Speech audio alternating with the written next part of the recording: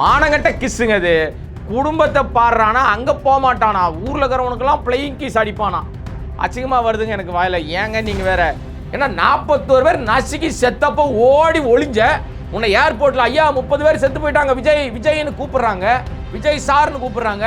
திரும்பி பார்க்காம காது செவடங்காதில் சங்குதுற மாதிரி ஓடி போய் சென்னைக்கு ஓடி போய் பதுங்கிட்டேன். தனியாக விட்டுட்டு வந்துட்டேன், எல்லாத்தையும் சொகுசு வாழ்க்கை விட்டு வந்துட்டேன். என்ன விட்டு வந்துட்டேன்? வலிகளை இப்போ விட்டுட்டு வந்துட்டேன். வலி, ஏகப்பட்ட வலி, வலியை தாங்கிட்டு வந்திருக்கேன். என்ன வலி? உன்னால உன் பொண்டாட்டிக்கு வலி, உன் பிள்ளைக்கு வலி, உன்னுடைய பொண்ணுக்கு வலி, உங்க அப்பா அம்மாவுக்கு வலி. விஜய் வந்து ஸ்பாயிலருங்க, அரசியலுக்கு லாய்க்கு இல்லாதவர். இந்த தேர்தலோடு அவர் காணாமல் போயிடுவார். இந்த தேர்தலுக்கு அப்புறம் அவர் 2 மாதங்கள் வெளிநாட்டில் ஓய்வெடுக்க போறார். 3வது மாதம் திரும்பி வந்தவொடனே சினிமாவில் நடிக்க போறாரு. அந்த இயக்குனர் யாருன்னு கூட நான் சொல்ல முடியும், இப்போ சொல்ல மாட்டேன். இவனை நம்பினா விஜயை நம்பி போற எல்லா தற்கூரிகளுக்குமே சொல்லிக்கிறது, உங்க செத்த கூட வரமாட்டான். விஜய் பெரம்பூர்ல கூட ஜெயிக்க மாட்டாரா? டெபாசிட்டே வாங்க மாட்டாருங்க. செங்கோட்டையன், கோபிச்செட்டிப்பாளையம், அவர் தான் முதல் ஆள் டெபாசிட் பறி போற ஆள். 6 எருமையை வந்து நோட்டா கீழே ஓட்டுவானாலும் வாங்க. இதெல்லாம் எந்த இடத்துல கூட்டத்தை கூட்டணுமோ அந்த இடத்துல இந்த தாவேக்கா தற்கூரிங்க காசை கொடுத்து கூட்டத்தை கூட்டுதுங்க. எங்க அம்மா செத்து போயிட்டாங்கன்னு கண்ணீர் விட்டு அழுதார் ஆதவ். எப்பேற்பட்ட தில்லாலங்கடி திருட்டு பையன் பாருங்க இவன்.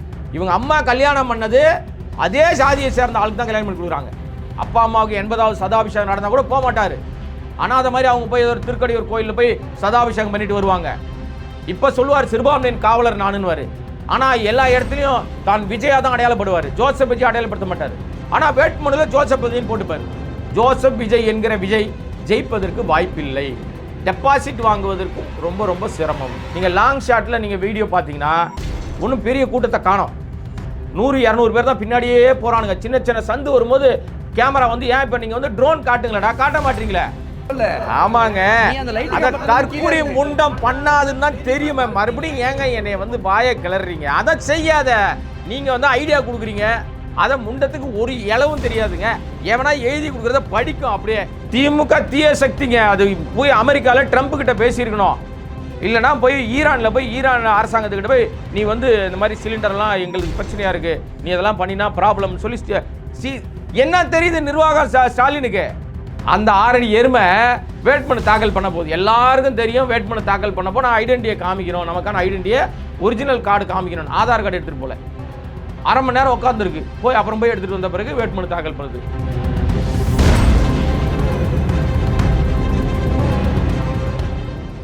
இந்த சேனலுக்கு உங்களது பங்களிப்பை செலுத்த விரும்பினால் சப்போர்ட் பண்ணுங்க. உங்களது சிறு உதவி எங்களுக்கு மிகப்பெரிய ஆதரவாக இருக்கும். நன்றி. வணக்கம். இன்றைய நமது சிறப்பு விருந்தினர் அரசியல் விமர்சகர் கோடாங்கி அவர்கள். வணக்கம். வணக்கம். தமிழ்நாட்டில் இன்றைக்கி நடக்கக்கூடிய ஒட்டுமொத்த நாட்டு நடப்பு நிகழ்வுகளை தான் ஒரு கோர்வையாக கேட்கலாம் அப்படின்னு நினைக்கிறேன். ஃபஸ்ட்டு நான் விஜய் கிட்டேருந்து ஆரம்பிக்கிறேன். விஜய் பெரம்பூரில் வேட்புமனு தாக்கல் செய்யும் பொழுது அவர் மீது எந்த கேஸுமே இல்லை. ஆனால் திருச்சியில் வேட்புமனு தாக்கல் பண்ணும்போது 2 வழக்கு இருக்குன்னு சொல்லியிருக்காரு. கேஸ் இல்லைன்னு உங்களுக்கு எப்படி தெரியும்? விஜய் தான் சொன்னார். ஓகே, அவர் தான் சொல்லியிருக்காரு. ஓகே. திருச்சியில் வந்து வேட்புமனுல 2 கேஸ் இருக்குன்னு சொல்லியிருக்காரு. ஆக்சுவலாக என்னென்னா, உங்களுக்கு வந்து பெரம்பூரில் ஒரு வேட்புமனு தாக்கல் பண்ணிவிட்டு அதுக்கப்புறம் கொளத்தூரில் பிரச்சாரத்துக்கு போகும்போது அங்கே வந்து விதிமுறைகளை மீறினார். அரசு என்ன சொன்னிச்சோ அதை கேட்கல, போலீஸ் காவல்துறை சொன்னதையும் இங்கே அது வந்து எடுக்கலை. இவ்வளோ தான் மைக் கட்டணும்னா அதை தாண்டி கட்டினாங்க.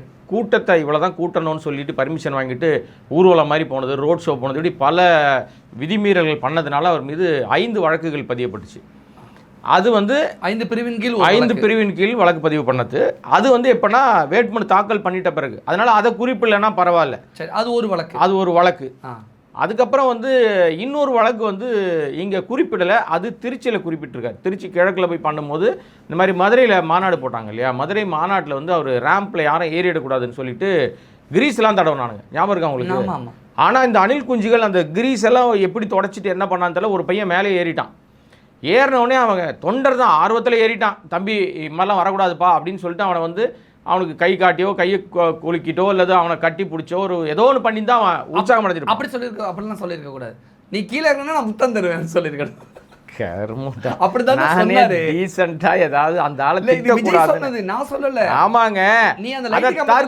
முண்டம் பண்ணாதுன்னு தான் தெரியுமே. மறுபடியும் ஏங்க என்னை வந்து வாயை கிளறீங்க? அதை செய்யாத. நீங்க வந்து ஐடியா கொடுக்குறீங்க, அதை முண்டத்துக்கு ஒரு இளவும் தெரியாதுங்க. எவனா எழுதி கொடுக்குறத படிக்கும் அப்படியே. உச்சஸ்தானத்தில் நம்ம மறுபடியும் திருப்பி ஏற்றுறீங்க. நான் ஏதோ பொறுமையாக அப்படியே டாப் கியரில் போவேன்னா முதல்ல மறுபடியும் 1-2 கியர்லேயே கொடுத்த பிளைன் கிஸ்ஸை பற்றி பேசினேன். மானங்கட்ட கிஸ்ஸுங்க அது. குடும்பத்தை பாடுறானா அங்கே போக மாட்டானா, ஊரில் இருக்கிறவனுக்கெல்லாம் பிளேயிங் கீஸ் அடிப்பானா.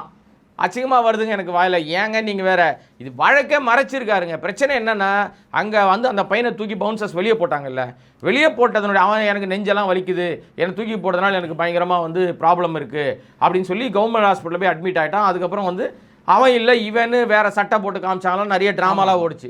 இப்போ அந்த வழக்கு நிலுவையில் இருக்குது, இவர் மேலே வழக்கு போட்டிருக்காங்க. உதாரணத்துங்க இந்த விஜய்க்கு தான் அறிவில்லை, தற்குறி முண்டமாக இருக்குது. என் கூட எத்தனை பேர் வக்கீல்லாம் இருக்காங்க. எவனையா ஒருத்தனை அவன் வந்து காவல்துறையில் போய் நீங்கள் கேட்டாலே கமிஷனர் ஆஃபீஸில் வந்து சார் இந்த கமிஷனர் டிஜிபி ஆஃபீஸில் கூட உங்களுக்கு இன்ஃப்ளூயன்ஸ் இருக்குது, நீங்கள் ஒரு பெட்டிஷன் கொடுக்கலாம், சார் என் மீது வந்து தமிழ்நாடு முழுக்க ஏதாவது வழக்குகள் பதியப்பட்டிருக்கா, எனக்கு அது விவரம் வேணும், ஏன்னா நான் வேட்புமனு தாக்கல் பண்ண போகிறேன் அப்படின்னு கேட்டிருந்தாலே டக்குன்னு கொடுத்துட்டு இருப்பானுங்க. இது விஜய் பண்ணலாடி கூட விஜய் கூட இருக்கிற அந்த லீகல் டீம் தானே பண்ணியிருக்கோம். சார் லீகல் டீம் என்ன பண்ணுது விஜய் கூட இருக்கிற தண்டங்க தண்டம். தற்குறி முண்டங்களுக்கு என்ன தெரியுங்க, படிச்சுட்டா மட்டும் போதுமா, அறிவு வேணாமா, ஏதாவது சொல்கிறத கேட்கணும். இந்த ஜான் ஆரோக்கியசாமிக்கு ஒரு இழவும் தெரியாதுங்க, அவன் எழுதி கொடுத்தாங்க படிக்கிறார் இருந்தாலும் அவர் திட்டுறீங்க. ஆனால் சொல்கிறீங்களா நிர்மல்குமார் விஜய்க்கு போலீஸ் பாதுகாப்பு வேணும்னு மணிப்பூர் ஆளுநருக்கு அதை தான் சொல்கிறேங்க. இது பூரா தற்குறி கூட்டம்ன்றேன் நான். நிர்மல்குமார் இப்போ இந்த சீனில் வர்றது இல்லைங்க, அந்த வந்து அவன் தொகுதியில் போய் அதுதான் இவங்களே அறிக்கையை வந்து மீடியா குரூப்பில் போடுவாங்களாம், இவங்களே டெலீட் பண்ணிட்டு அது பொய் அறிக்கைன்னு சொல்லுவாங்களாம். அது உங்களுக்கு வேண்டிய நெருக்கமான ஒரு பத்திரிகை என்ன பண்ணிச்சு தெரியுமா, அவங்க உடனே ஐயா இது இவங்க போட்டது தான் உண்மைன்ட்டு ஸ்க்ரீன்ஷாட் எடுத்து போட்டானுங்க. இவங்க போட்டது டெலீட் பண்ணது திருப்பி இவங்க போட்டது நியூஸ் போட்டது பொய் இல்லைன்னா அவங்களாம் வெளிப்படுத்திட்டாங்க. பேர் சொல்ல விரும்பல அந்த பத்திரிகை பேர், உங்களுக்கு ரொம்ப நெருக்கமான பத்திரிகை, அதனால் அதை நான் சொல்ல மாட்டேன் சரிங்களா. நான் வேறு இடத்துல பேசும்போது ஓப்பனாக உடச்சிக்கிறேன், இங்கே வேணாம் ஓகே. இந்த மாதிரி வந்து இவங்க எதுவுமே தெரிஞ்சுக்கிறது இல்லைங்க. இந்த ஜான் ஆரோக்கியசாமின்னு ஒரு ஆள் இங்கே உட்காந்துக்கிட்டு நான் வந்து அரசியல் நிபுணத்துவம் படைச்சேன், இவன் என்ன கீச்சான்னு தெரில, அன்புமணியை தேர் எழுதி தெருவில் விட்டான், மாற்றம் முன்னேற்றம்னு. இவன் மாறிட்டான், இவன் முன்னேறிட்டான். ஜானு அவன்கிட்ட காசு கோடி கோடியாக காசை வாங்கிட்டு இவன் ஓடி வந்துட்டான். இப்போ அன்புமணி தேர் எழுதி தெருவுன்ற மாதிரி அப்படியே என்ன பண்ணுறது பித்து பிடிச்ச மாதிரி சுற்றி தெரிகிறாரு. இப்போ அப்படி போயிட்டாரா, அந்த கேரக்டர் தான் எழுதி கொடுக்குறாரு. ஒரே ஸ்கிரிப்டுங்க, அங்கே ஒரு ஸ்கிரிப்ட் என்ன பேசினாரோ அதான் இங்கே பேசினார். பெரம்பூரில் இங்கே பேசுகிறதா தான் கொளத்தூரில் பேசுகிறாரு, கொளத்தூரில் பேசுகிறதா அச்சு மாறாமல் போய் திருச்சியில் பேசுகிறார். நீங்கள் ஒரு வேட்பாளர் அல்லது ஒரு கட்சி தலைவர் எந்த ஊரில் பேச போகிறீங்களோ அந்த ஊருடைய முக்கியத்துவம் என்ன, அந்த ஊரில் என்ன பிரச்சனை இருக்குது, எதை பற்றி பேசணும், அடிப்படையில் எந்த அறிவுமே இல்லைங்க. நீங்கள் இன்னொரு விஷயம் தெளிவாக ஒரு விஷயத்த சொல்கிறாரு. என்ன சொல்கிறாருன்னா, எங்கே போனாலும் இப்போ திருச்சியில் வந்து மாற்றி ஒரு விஷயம் பேசினார். பரவாயில்லையே ஏதோ பேசுகிறாருன்னு நினச்சி நானும் அதை கவனித்தேன். என்ன மக்களே, அந்த மன்னர் ஆட்சி காலத்தில் அமைச்சரே மாதம் மும்மாரி மழை பெறுகிறதா, மக்களெல்லாம் நல்லா இருக்காங்களா, ஏங்க நல்லா இருக்கீங்களாமா, நீங்கள் நல்லா இருக்கீங்களாமா அப்படின்னு கேட்டுட்டு நகர்வலம் போவாராமே மன்னர். அந்த மாதிரி சிலிண்டர்லாம் கிடைக்குதாம்மா, புக் பண்ணிக்கலாமா, புக் பண்ணால் புக்காதா, டீ கடையெல்லாம் மூடிட்டாங்க தெரியுமா, அதான் தெரியுமே. நீ என்ன பண்ண போகிற, அன்னபூர்ணா சூப்பர் 6 6 எந்த நேரத்தில் இந்த தற்குறி வாயை திறந்துச்சோ 6 சிலிண்டர் நான் ஃப்ரீயாக தரேன்னு சொன்னிச்சோ அப்போவே அங்கே குண்டை போட்டானுங்க, சிலிண்டர் பிரச்சனை ஆகி போச்சு. சில பேர்லாம் ஐயோ இவன் வந்துட்டானா விளங்காதரான்னு சொல்லுவாங்கல்ல, அந்த மாதிரி இவன் வாயை வச்சான் சிலிண்டர் பிரச்சனை ஆகி போச்சா. சிலிண்டர் பிரச்சனைக்கு தமிழ்நாடு கவர்மெண்ட் என்ன பண்ணும், சென்ட்ரல் கவர்மெண்ட் தானே, அவங்க தானே கண்ட்ரோல். அது உங்களுக்குலாம் தெரியாதுங்க, விஜய்க்கு எல்லாம் தெரியுங்க. இல்லை மு க ஸ்டாலின் வந்து ஈரானுக்கும் போயிட்டு ஈரானில் பேசியிருக்கணும், ட்ரம்ப் கிட்ட பேசியிருக்கணும். மு க ஸ்டாலின் என்னங்க திமுக தீய சக்திங்க, அது போய் அமெரிக்காவில் ட்ரம்ப் கிட்ட பேசியிருக்கணும். இல்லைனா போய் ஈரானில் போய் ஈரான் அரசாங்கத்துக்கிட்ட போய் நீ வந்து இந்த மாதிரி சிலிண்டர்லாம் எங்களுக்கு பிரச்சனையாக இருக்குது, நீ இதெல்லாம் பண்ணினா ப்ராப்ளம்னு சொல்லி என்ன தெரியுது நிர்வாகம் ஸ்டாலினுக்கு. எனக்கு என்ன ஒன்று புரியலைன்னா, கடந்த முறை பேசும்பொழுது ஜனநாயகன் படத்துக்காக நம்ம பேரை கூட சொல்லாமல் மு க ஸ்டாலின் வந்து குரல் கொடுத்தாரு, அதற்கு நன்றி அப்படின்னு சொன்னார். ஆனால் இந்த முறை ஜனநாயகன் படத்தை முடக்கினதும் திமுக தான் அப்படின்னு சேர்த்து, திமுகவும் பிஜேபி தான் அப்படின்னு சேர்த்து சொல்கிறாரு. அப்போ விஜய் அன்னைக்கு சொன்னது பொய்யா அல்லது விஜய் இன்னைக்கு சொன்னது பொய்யா? அன்னைக்கு ஒரு நிதானத்தில் இருந்திருப்பார், அது வேற ஒரு கலராக இருந்திருக்கும். இன்றைக்கி ஒரு நிதானத்தில் இருந்திருப்பார், இன்றைக்கி வேற ஒரு கலராக இருந்திருக்கும். நீங்கள் நினைக்கிற மாதிரிலாம் நான் எதுவும் சொல்ல. ஏன் ஜனநாயகன் விஷயத்தில், ஜனநாயகன் பிரச்சனையில் திமுக அன்னைக்கு சப்போர்ட் பண்ணிச்சு நன்றின்னு சொன்னவர், இன்னைக்கு ஏன் திமுக தான் பிரச்சனையே காரணம் அப்படின்னு அடிப்படையில் ஜனநாயகன் பிரச்சனை படத்துக்கும் அந்த பட பிரச்சனைக்கும் திமுகவுக்கும் சம்மந்தமே இல்லைன்னு நாட்டு மக்கள் எல்லாருக்கும் தெரியும். ஏன்னா அது வந்து ஒன்றிய அரசு கட்டுப்பாட்டில் இருக்க சென்சார் போர்டோட பிரச்சனை. சென்சார் போர்டு முடக்கி வச்சிருக்குன்னு சொல்வதற்கு கூட துப்பு இல்லை, பாஜகவை திட்ட துப்பு இல்லை. ஆனால் போகிற போக்கில் பாஜக தான் காரணம்னு பாஜகன்னு பேர் சொல்லிட்டாருன்னு கொண்டாடுறானுங்க. எங்கே பாஜகன்னு பேர் சொன்னார்? சொன்னால் அது எதுக்கு சொல்லணும்? நியாயப்படி மோடி அரசாங்கம் தான் என் படத்தை தடுத்து வைக்குது, அமித்ஷா தான் நிப்பாட்டி வச்சிருக்காரு அப்படின்னு சொல்வதற்கு தயக்கம், பயம். அது ஒரு பக்கம் இருக்கு. அதுக்கு காரணம் விஜய் ராகுல் காந்தி கிட்ட பேசுனது தான் காரணம். பிரச்சனையே என்னன்னா, இப்படி பேசினா பிரச்சனை வரும்னு ராகுல் காந்திக்கே தெரியும். ராகுல் காந்தி விஜயை வந்து தேரை எழுதி தெருவில் விட்டுருக்காரு. வாண்டடாக அவர் ஃபோன் பண்ணி, இப்போ நீங்கள் பிஜேபிக்கு வந்து யாரெல்லாம் ராகுலோட நெருக்கமாக வரானோ அவங்களாம் காண்டாவது இல்லை, கோவம் வருது இல்லை அவங்களுக்கு. அப்போ கோவத்துக்கு காரணம் என்ன? விஜய் ராகுலுக்கு ஃபோன் பண்ணல, ராகுல் தான் விஜய்க்கு ஃபோன் பண்ணியிருக்காருன்னு சொல்கிறாங்க. அப்போ ராகுல் ஏதோ திட்டம் போட்டார், இவனை ஓவராக பேசுகிறான், இவனுக்கு நம்ம ஒரு போடுவோண்டா, ஒரு பாயாசத்தை போடு அப்படின்னு ஃபோனை போட்டார் போல இருக்கு. போட்டாரா? இப்போ பாஜக வச்சு செய்தா, உண்மை பொய்யோ என்னமோ தெரியல. ஆக மொத்தம் இந்த பிரச்சனையில் அந்த வழக்கு, இப்போ நம்ம மெயின் பாயிண்ட் வந்துடுவோம். வழக்கு பிரச்சனை இருக்குல்ல, இந்த வழக்கை இங்கே மறைச்சிருக்காரு. ஏற்கனவே இந்த வழக்கு மதுரையில் வழக்கு பதியப்பட்டிருக்கு. அந்த வழக்கை இங்கே காட்டியிருக்கணும். இங்கே என்னன்னா, உங்கள் மீது வழக்கு இருக்கா அப்படின்னா பொருந்தாது, உங்கள் மீது எஃப்ஐஆர் இருக்கா பொருந்தாது அப்படின்னு எழுதியிருக்காரு. ஸோ ஆனால் ஏற்கனவே அவர் மீது வழக்கு இருந்ததை மறைத்ததுனால இப்போ அப்ஜெக்ஷன் வந்து செய்யப்படுமா? விஜயோட வேட்புமனு இவர் அப்ஜெக்ட் பண்ணாங்கன்னா இப்போ வேட்புமனு வந்து ரிட்டர்னிங் விஜய்னால பெரம்பூர்ல போட்டி போட முடியாதா? அப்படி இல்லைங்க, அதுதான் சொல்ல வரேன் நான். இது ஆக்சுவலாக ரிட்டர்னிங் ஆஃபீஸருடைய கட்டுப்பாட்டில் இருக்குது. அவங்க கவனத்தில் இந்த வந்து வேட்புமனுவை ஏற்றுக்கும் செய்யலாம், ரிஜெக்டும் பண்ணலாம். ஒன்று. ரெண்டாவது, அங்கே இருக்கிற பெரம்பூர் வேட்பாளர்கள் யாரோ ஒரு சாதாரண சுயேட்சை கூட ஏங்க அவர் வந்து வழக்கம் மறைச்சிருக்காருங்கன்னு கம்ப்ளைண்ட் ரைஸ் பண்ணாங்கன்னா வேட்புமனு ரிஜெக்ட் ஆகும். இல்லை இப்போ திருப்பி இவர் என்ன 6ஆம் தேதி வேட்புமனு தாக்கல் பண்ணலாம், அதுக்குள்ளே ஒரு பிரமாண பத்திரத்தை ரெடி பண்ணி மாற்று விஷயங்கள் பண்ணிட்டாங்கன்னா அது பிரச்சனை இருக்காது, சாஃப்டாக முடிஞ்சு. விஜய் நேரில் வந்து பண்ணணுமா? ஆமாம், வேட்பாளர் அவர் தானே. அவர் எப்படின்னா, அவர் தான் வேட்பாளர். அப்போ வழக்கமாக சொல்கிற மாதிரி தான், மாப்பிள்ளை அவர் தாங்க, ஆனால் போட்டுங்கிற சட்டம் அவருது இல்லைன்னு ஒரு காமெடி வரும்ல, அந்த மாதிரி ஒரு நாள் வெளியே வந்தார்ல, ஒரு 5 நாள் லீவ் எடுத்துப்பார், திருப்பி ஒரு நாள் வெளியே வருவார், அப்புறம் ஒரு 5 நாள் லீவ் எடுத்துப்பார். இப்போ வந்தாரா, திருச்சிக்கு போனாரா, இப்போ லீவ் எடுத்துட்டார், இப்போ எங்கேயாவது அவரை பார்க்க முடிஞ்சுதா? இல்லை. இப்போ பாண்டிச்சேரிக்கு போகிறாரு, அப்புறம் திருப்பி லீவ் எடுத்துப்பார். ஏன்னா ஒரு நாள் வந்துட்டாலே உழைச்சிட்டாலே போதும் அவருக்கு. அதை வீடியோ போட்டு இவங்க தான் அந்த வீடியோவிலேயே வாழறானுங்கல்ல, சோஷியல் மீடியாலேயே குடும்பம் நடத்துகிறானுங்கல்ல, அதனால் இவங்களுக்கு தேவையே.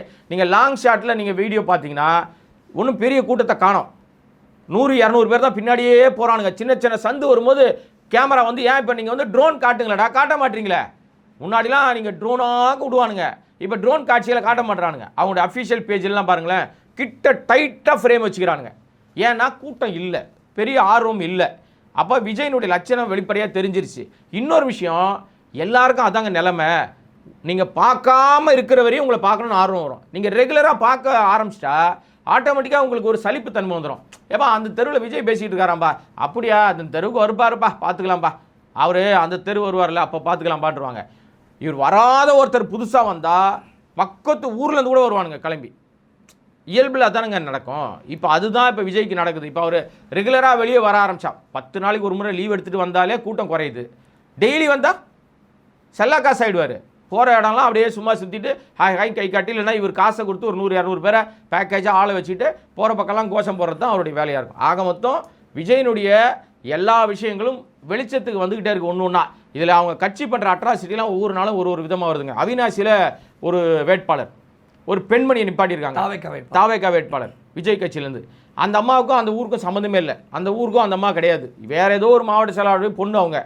அவங்க வந்து இந்த ஊரில் புசி ஆனந்தோடைய பரிந்துரையில் போட்டிருக்காங்களாம், இவர் நானே தேர்ந்தெடுத்த வேட்பாளர். யார் சொன்னது? விஜய் சொன்னது. அந்த பெண்மணி என்ன பண்ணுறாங்க, விறுவிறுன்னு ஒரு 5-6 பேர் கூட போகிறாங்க, வீடியோலாம் எடுக்கிறாங்க பயங்கரமாக. வேறு விறுவிறுன்னு நேராக ரிட்டர்னிங் ஆஃபீஸர் ரூமுக்குள்ளே போயிட்டாங்க. போனவங்க வேட்புமனு தாக்கல் பண்ணும்போது ரிட்டர்னிங் ஆஃபீஸர் எங்கம்மா வேட்புமனு கொடுங்கம்மானா, வேட்புமனுவா அது நீங்கள் தரமாட்டிங்களா அப்படின்னு கேட்டிருக்காங்க. ஏம்மா நீங்கள் தான்மா ஃபில்அப் பண்ணோம் அப்படின்னு. ஐயோ வேட்புமனு எடுத்துன்னு வரலன்னு அவங்க வக்கீலுக்கு ஃபோன் பண்ணி அதுக்கப்புறம் 1 மணி நேரம் கழிச்சு வந்து எடுத்து. இதுதான் லட்சணம். இதுங்களா இப்போ தற்கொலைன்னு சொல்லாமல் என்ன பண்ணுறது? இதை விட இன்னொன்று சொல்கிறேன் கேளுங்க, இந்த 6 அடி எருமை ஒன்று இருக்குது, அது ஒரிஜினா. நான் பேரே சொல்லியேங்க, நீங்கள் அவரை தானே திட்டுவீங்க, வேறு யாரும் திட்ட போகிறீங்க? அந்த 6 அடி எருமை வேட்புமனு தாக்கல் பண்ண போகுது. எல்லாருக்கும் தெரியும் வேட்புமனு தாக்கல் பண்ணப்போ நான் ஐடென்டிட்டியை காமிக்கணும், நமக்கான ஐடென்டிட்டியை ஒரிஜினல் கார்டு காமிக்கணும், ஆதார் கார்டு எடுத்துகிட்டு போல 1/2 மணி நேரம் உட்காந்துருக்கு.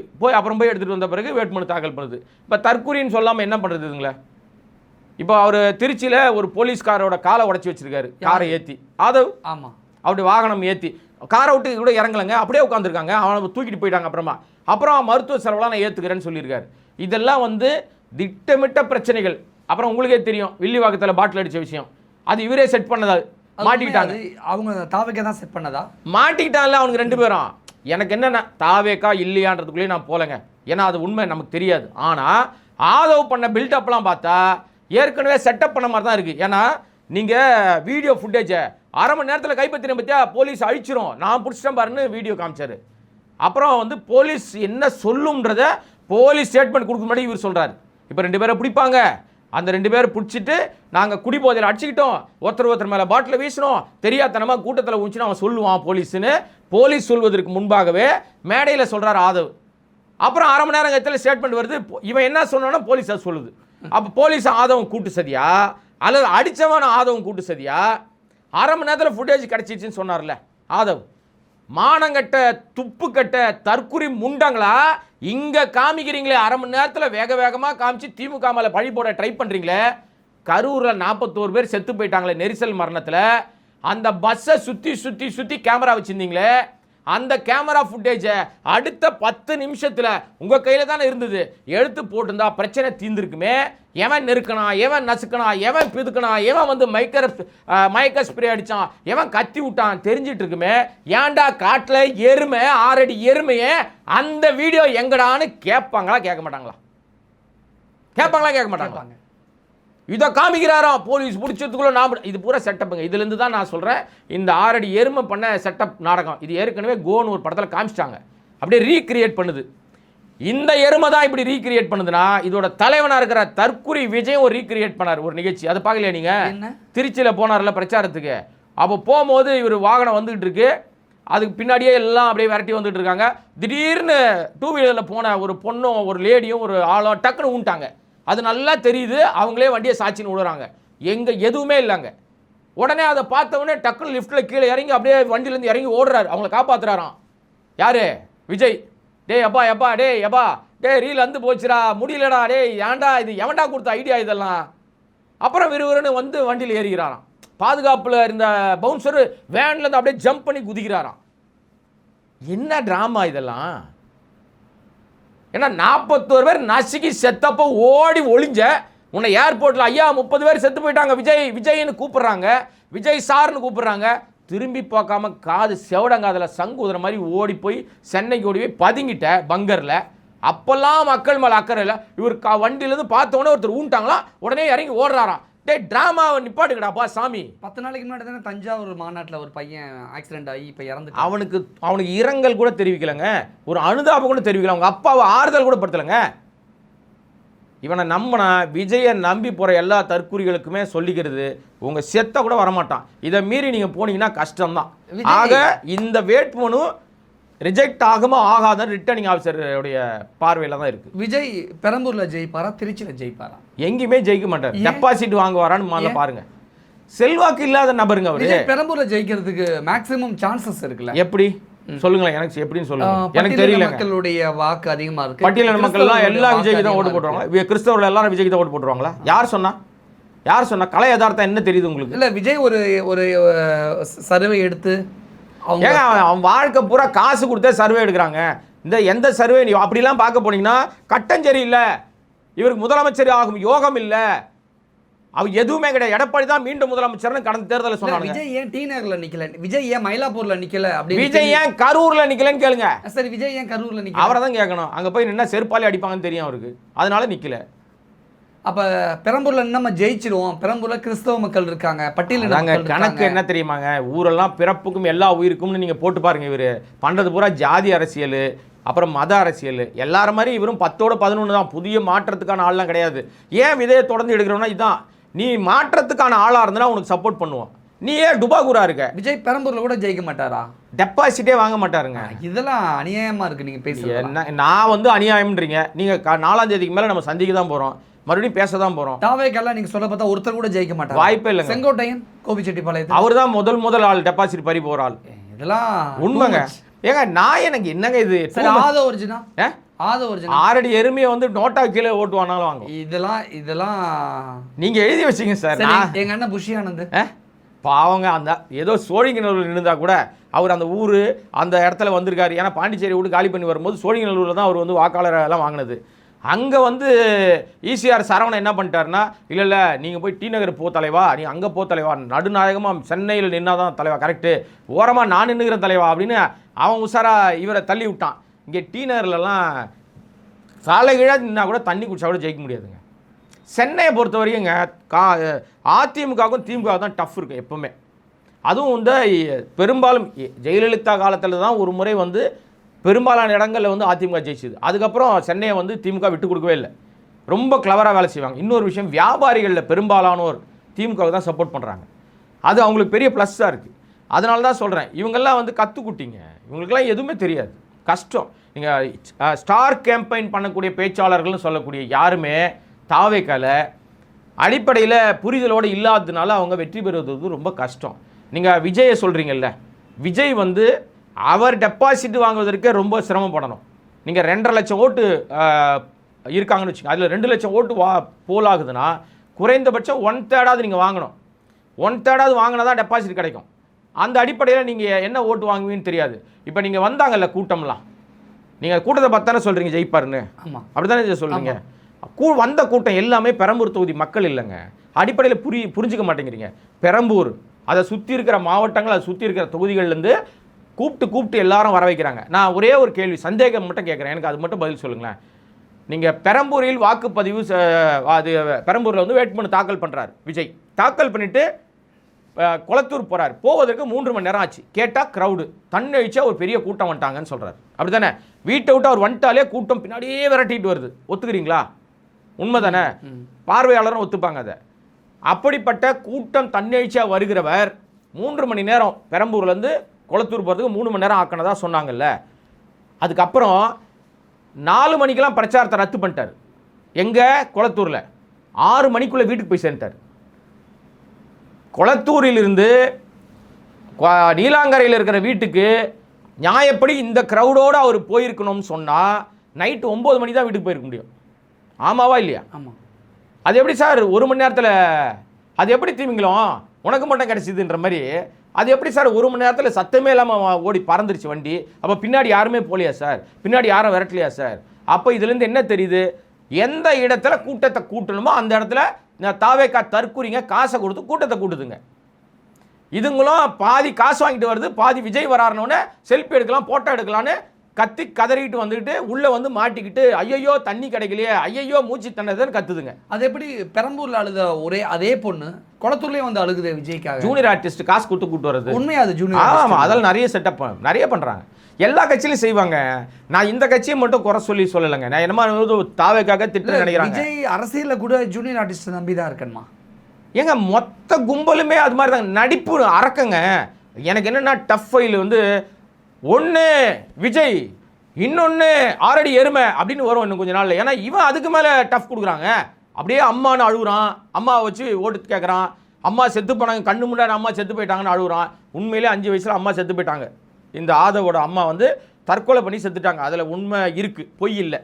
ஆனால் அவங்க எப்படி செத்தாங்கன்றத நம்ம ரிட்டையர்டு இவங்க திலகவதி ஐபிஎஸ் வெளிப்படையாக சொல்லிட்டாங்க. திலகவதி ஐபிஎஸ் வந்து இந்த ஆரடி எருமையோட பெரியம்மா, இவங்க அம்மா பெரியம்மா, இவங்க அம்மாவுடைய அக்கா அவங்க. ஆனால் எப்படி அக்கானா, அக்கா தங்கச்சி உரைனா ஒரே தாயினுடைய வயிற்று பிள்ளைகள் இல்லை, பெரியப்பா சித்தப்பா பசங்க, பொம்பளை பசங்க. அந்த அடிப்படையில் அந்த அம்மா லால்குடி பக்கத்தில் கல்யாணம் பண்ணி கொடுக்கும்போது இவன் சொல்கிறான் சாதி கொடுமையினால் எங்கள் அம்மா செத்து போயிட்டாங்கன்னு கண்ணீர் விட்டு அழுதார் ஆதவ். எப்பேற்பட்ட தில்லாலங்கடி திருட்டு பையன் பாருங்க இவன். இவங்க அம்மா கல்யாணம் பண்ணது அதே சாதியை சேர்ந்த ஆளுக்கு தான் கல்யாணம் பண்ணி கொடுக்குறாங்க. ஏன்னா யாரோ ஒருத்தர் வந்து வேற்று ஒரு மத சாதியை சேர்ந்தவர் பொண்ணு கேட்டிருக்காங்க. அப்போ அந்த குடும்பத்தில் அதெல்லாம் கொடுக்க முடியாதுன்னு சொல்லி இவங்க சாதியை சேர்ந்த ஒருத்தருக்கே அவசர அவசரம் கல்யாணம் பண்ணி வைக்கிறாங்க. அவங்க கல்யாணம் பண்ணி போன இடம், கல்யாணம் பண்ணி போன அந்த வீடு, அந்த மாமியார் கொடுமை தாங்க முடியாமல் இந்த அம்மா அந்த பூச்சிக்கொல்லி தென்னை மரத்துக்கு அடிக்கிற ஏதோ மருந்து வாங்கி வச்சு அந்த மருந்தை குடிச்சு செத்து போயிட்டாங்கன்னு திலகவதி அவர்கள் வந்து ஸ்டேட்மெண்ட் கொடுத்துருக்காங்க. அவங்க ஏதோ ஒரு பேட்டி கொடுக்கும்போது சொல்லியிருக்காங்க, ஆமாங்க ஆதவ் வந்து இந்த மாதிரி வந்து என் தங்கச்சி பையன்தான், அவன் வந்து இந்த மாதிரி வந்து 5 வயசில் அவங்க அம்மா இறந்து போயிட்டாங்க, ஆனால் அவங்க அம்மா சாதி கொடுமையிலலாம் சாவலை, இந்த மாதிரி பூச்சி மருந்து குடிச்சு. அதுக்கு காரணம் அந்த கட்டுப்பாடான மாமியாருடைய கொடுமை. அப்போ மாமியார் கொடுமையில் செத்ததை எப்படி சிம்பத்திக்காக அனுதாபம் தேடுவதற்காக கண்ணீர் வர வச்சு கதறி அழுது கண்ணெல்லாம் செவப்பாயி எங்கள் அம்மாவை நான் சாதி கொடுமையில செத்து போயிட்டேன் சாவை கொடுத்துட்டேன்னு அழுதினான் ட்ராமா இல்லாமல் வேற என்ன? அப்போ பச்சையாக தெரியுது நீ ஒரு மோசமான மோசடி பேர் வழின்னு. லாட்ரி சீட்டு விற்கிறவன் எப்படி இருப்பான்? பின்ன ஊர் பணத்தை கொள்ளடிக்கணும். சுரண்டல் லாட்டரியிலே அடிப்படையில் தினக்கூலியில் வேலை செய்கிறவங்க தான் சுரண்டல் லாட்டரி நிறைய பண்ணுவாங்க. அவங்க எப்படியாவது லாட்டரியில் காசு கிடைக்காது, பரிசே விழாத லாட்டரி சீட்டை அடித்து நேபாளம், அஸ்ஸாமு, நாகாலாந்து, மேகாலயாலாம் விற்றுக்கிட்டு இருக்கிறவன் தான் இவன். அப்போ இவனுடைய நாடகத்துக்காக பெத்த தாயை கூட ட்ராமா பண்ணி இந்த ஆள் பண்ணுறாருல, இவனோட தலைவா இருக்கான் பாருங்க, யார்? நம்ம தற்குறி விஜய். இவர் அவங்க அம்மா அப்பாவை செட் ப்ராப்பர்ட்டியை யூஸ் பண்ணுவார். இங்கே இருக்கும்போது பார்க்க மாட்டார். அப்பா அம்மாவுக்கு 80வது சதாபிஷேகம் நடந்தால் கூட போக மாட்டார். ஆனால் அதை மாதிரி அவங்க போய் ஒரு திருக்கடையூர் கோயிலில் போய் சதாபிஷேகம் பண்ணிட்டு வருவாங்க. இப்போ சொல்லுவார் சிறுபான்மையின் காவலர் நானுன்னுவார். ஆனால் எல்லா இடத்துலையும் தான் விஜயா தான் அடையாளப்படுவார், ஜோசப் விஜய் அடையாளப்படுத்த மாட்டார். ஆனால் வேட்புமனுவில் ஜோசப் விஜய்னு போட்டுப்பார். நீ போறிய பாட்டில் ஜோசப் விஜய்னு போட்டிருக்கணும். உங்கள் விஜய்னு ஏன் போடுற? உங்கள் ஜோசப் விஜய்னு போடு. அப்போ அதுவும் பித்தலாட்ட பேர் வழியா அடையாளப்படுத்துகிற இடத்துல விஜயினுடைய ஸ்டேட்மெண்ட் வருது. அதில் பார்த்தீங்கன்னா விஜய்னு மேலே இருக்கும், ஆனால் இங்கே வந்து பெரம்பூர் தொகுதி ஜோசப் விஜய் வேட்பாளர். அப்போ அதை மாற்று, லெட்டர் பேடில் ஜோசப் விஜய்னு போடு. யாரை ஏமாத்துற? நாடகம் தான் ஆடுற நீ. திருப்பரங்குன்றதுக்கு பேச மாட்டார், எந்த இதுக்கும் பேச மாட்டாருங்க. ஆனால் செய்வது பூரா போய் அவர் செட் ப்ராப்பர்ட்டியாக அப்பா அம்மாவை எப்படி யூஸ் பண்ணுறாரோ இங்கே பார்க்க மாட்டார், மலேசியாவில் கட்டி பிடிப்பார். இதே வேலையை தான் ஆதவ் செய்கிறார். இந்த கட்சியும் சரி, இந்த தேர்தலுக்கு பின்னாடி பல விஷயங்களில் அவங்களுக்கு உண்மை அப்போ தான் புரியும். கலை யதார்த்தம்னா என்னன்னு அப்போ தான் தெரியும். அதுக்கப்புறம் தான் அவங்களுக்கு தேர்தலுடைய விஷயங்கள் புரிந்த பின்னாடி தான் ஓஹோ அரசியல்னா இதுதானா அப்படின்னு தெரியும். சார், 2 தொகுதியிலும் எனக்கு தெரிந்த வகையில் ஜோசப் விஜய் என்கிற விஜய் ஜெயிப்பதற்கு வாய்ப்பில்லை. டெபாசிட் வாங்குவதற்கும் ரொம்ப ரொம்ப சிரமம்.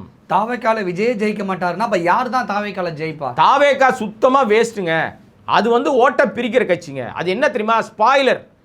ஸ்பாய்லர் கட்சி எதுனா, இதுக்கு முன்னாடி வந்து நம்ம எங்கள் அண்ணன் சீமான் கட்சி தான் ஸ்பாய்லரில் அவர் தான் வந்து சீனியர். ஆனால் இப்போ அவரை விட நான் தான் முந்திக்கிறேன், எனக்கு தான் செல்வாக்கு ஜாஸ்தியாக இருக்குன்னு இவர் உள்ளே வந்திருக்கார். அப்போ நீங்கள் சொல்கிறபடி பார்த்தா போட்டி தாவேக்காவுக்கும் சீமானுக்கும் தானா? போட்டி தாவேக்காக்கும் மாற்றாதீங்க களத்தை. தாவேக்கா வெர்சஸ் தாவேக்கா தான். இப்போ பாருங்க எல்லா ஊர்லேயுமே இப்போ வேட்பாளரை மாற்று. நாம் தமிழர் ஓட்டு அதிகமாக வாங்குவாங்களா, தமிழக கட்சிக்கிழமை ஓட்டு அதிகமாக வாங்குவாங்க? நாம் தமிழர் தான் ஓட்டு அதிகமாக வாங்குவோம். நான் நிறைய இடங்கள் அதை நான் குறிப்பிடுறேன். நிறைய ஊடகங்களில் சேனல்லாம் பேசும்போதும் சீமான் வாங்குகிற வாக்குகளை கூடுதலாகத்தான் வாங்குவார். அதை விட குறைவான வாக்குகள் தான் யாருக்கு கிடைக்கும்னா ஜோசப் விஜய்க்கு கிடைக்கும். ஏன்னா ஜோசப் விஜய்க்கு இங்கே வருகிற கூட்டமெல்லாம் கூட்டப்படுகிற கூட்டம், தன்னெழுச்சி வருகிற கூட்டம் இல்லை. அந்த தொகுதியில் இருக்கிற நான் என்ன கேட்குறேன், 5 லட்சம் பேர் உங்கள் மாநாட்டுக்கு வந்தான், 5 லட்சம் பேரும் உன் தொகுதியில் ஓட்டு போட மாட்டான்ல. தமிழ்நாடு முழுக்க இருந்தானே வந்திருப்பான். உன் தொகுதியில் எவ்வளோ பேர் இருப்பாங்க? 5000 பேர் இருப்பாங்களா? 10,000 பேர் இருப்பாங்களா? 5000 பேர் இருப்பாங்களா? 20,000 பேர் இருப்பாங்களா? 20,000 பேர் ஓட்டு போட்டுறாங்க, உனக்கு ஜெயிச்சிருவியா? ஒரு தொகுதியில் குறைந்தபட்சம் நீங்கள் 2 லட்சம் வாக்குகள் இருக்குன்னா குறைஞ்சது நீங்கள் வந்து 1 லட்சத்துக்கு மேலே வாக்குகளை வாங்கினா தான் ஜெயிக்க முடியும். ஏன்னா கிட்டத்தட்ட ஒரு 7-8 கட்சி நிற்குது, சுயேட்சைகள்லாம் ஓட்டை பிரிப்பாங்க. அப்போ நீங்கள் குறைஞ்சபட்சம் ஒரு 50,000 80,000 1 லட்சம் ஓட்டு வாங்கினா தான் ஜெயிக்க முடியும் நீங்கள். அப்போ உங்களுடைய வாக்குகள் இந்த 20,000 பேரை நம்பி இருந்தீங்கன்னா நீ எப்படி ஜெயிப்பீங்க? டெபாசிட்டே கிடைக்காது உங்களுக்கு. இப்போ நிறைவாக விஜய் பற்றி இப்போ என்ன தான் சொல்ல வரீங்க? விஜய் வந்து ஸ்பாய்லருங்க, அரசியலுக்கு லாய்க்கு இல்லாதவர். இந்த தேர்தலோடு அவர் காணாமல் போயிடுவார். இந்த தேர்தலுக்கு அப்புறம் அவர் 2 மாதங்கள் வெளிநாட்டில் ஓய்வெடுக்க போகிறார். 3வது மாதம் திரும்பி வந்தவொடனே சினிமாவில் நடிக்க போகிறார்.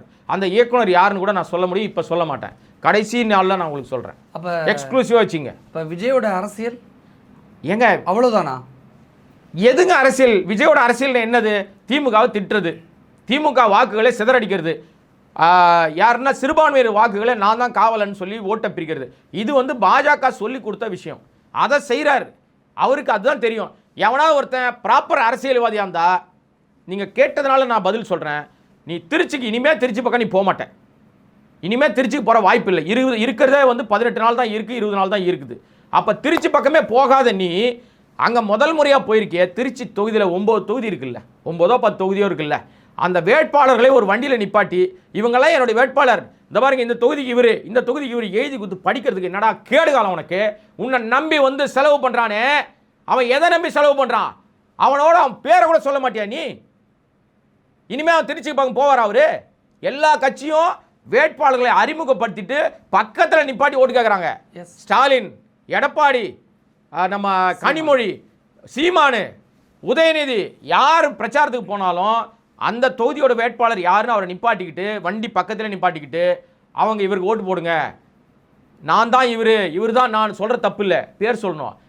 போய் நீங்கள் வந்து குளத்தூர்லேயே பேரை மாற்றிறீங்க, பிரபுன்றீங்க, அவர் பேர் பாபு, விஎஸ் பாபு, ஏற்கனவே திமுக இருந்தாலும் தான் ஏதோ பெரிய ரவுடி மாரி அவர் பேசிகிட்டு இருக்காரு. அவர் ரவுடி தான் போல இருக்குது. ஏன்னா அந்த பேச்செல்லாம் பார்த்தீங்கன்னா திமுகவில் அவர் பண்ணுறது சரியில்லைன்னு துரத்தி விட்டாங்க. அப்புறம் அதிமுகவே சரண்டர் ஆனார். அதுக்கப்புறம் அங்கேருந்து சரியில்லைன்னு எடப்பாடி துரத்தி விட்டோன்னே இங்கே தாவேக்கா கொண்டாரு. இது அங்கே போய் வந்து முதலமைச்சருக்கு எதிராக பெருசாக கம்பு சுற்றிட்டு இருக்குது. அந்த ஆள் பேர் கூட ஒன்று சொல்ல தெரியல. எங்கேயாவது போகிற இடத்துல விஜய் வேட்பாளர்களை தான் பக்கத்தில் நிறுத்துறாரா? அது என்னன்னா தீண்டாமை. ஏன்னா அவன் பக்கத்தில் நின்றானே இவருக்கு ஆகாது. இவர் வேனில் வேட்பாளர் ஏறிட்டா அவருக்கு ஆகாது. ஏன்னா வானத்தில் குச்சிட்டார் பாருங்க இவர். இதுதான் சொகுசு வாழ்க்கை விட்டு வந்துட்டாரா? என்ன சொகுசு வாழ்க்கை விட்டு வந்துட்டாரு? உனக்கு என்ன கேடு காலம்? நீ எங்கே போனாலும் ஃப்ளைட்டில் தான் போகிற, எந்த மீட்டிங் போட்டாலும் நட்சத்திர ஹோட்டலில் தான் மீட்டிங் போடுற, இன்னும் வந்து பனையூர் பங்களா, நீலாங்கரை பங்களா, பட்டினப்பாக்கம் பங்களாவில் தான் இருக்கிற, தனியார் விமானத்தில் தான் தனி விமானத்துக்கு தான் போகிற, கோடிக்கணக்கான ரூபாய் உன் அக்கௌண்ட்டில் வச்சிருக்கிற காசு, ஒத்த சொத்து கூட பிள்ளைக்கோ பொண்ணுக்கோ பொண்டாட்டிக்கோ கிடையாது, கொடுக்கல, தனியாக விட்டுட்டு வந்துட்டேன், எல்லாத்தையும் சொகுசு வாழ்க்கை விட்டு வந்துட்டேன். என்ன விட்டு வந்துட்டேன்? வலிகளை இப்போ விட்டுட்டு வந்துட்டேன். வலி, ஏகப்பட்ட வலியை தாங்கிட்டு வந்திருக்கேன். என்ன வலி? உன்னால் உன் பொண்டாட்டிக்கு வலி, உன் பிள்ளைக்கு வலி, உன்னுடைய பொண்ணுக்கு வலி, உங்கள் அப்பா அம்மாவுக்கு வலி, நீ வந்தாலே உன்னை சுற்றி இருக்கிற உன்னுடைய ரசிக குஞ்சுமணிகளுக்கு வலி. ஏன்னா எப்படா நசுக்கி சாவடிப்பீங்கன்னு தெரியல உங்களுக்கு. ஆக மொத்தம் அதனால தான் சொல்கிறேன், விஜயனுடைய இந்த அரசியல் என்பது இந்த 26 தேர்தல் ஏப்ரல்லேருந்து மே 4ஆம் தேதியோட முடிவுக்கு வந்துடும். அவர் வெளிநாடு எந்த நாட்டுக்கு போகிறாருன்னு தெரில, ஒரு 2 மாதம் இருக்க மாட்டார். விஜய் சார்ந்து நிறைய விஷயங்களை முன் வச்சிருக்கீங்க. நம்ம பொறுத்திருந்து பார்க்கலாம் என்ன நடக்க போகுது அப்படின்னு. நிறைய விஷயம் ஷேர் பண்ணிக்கிட்டீங்க. நன்றி.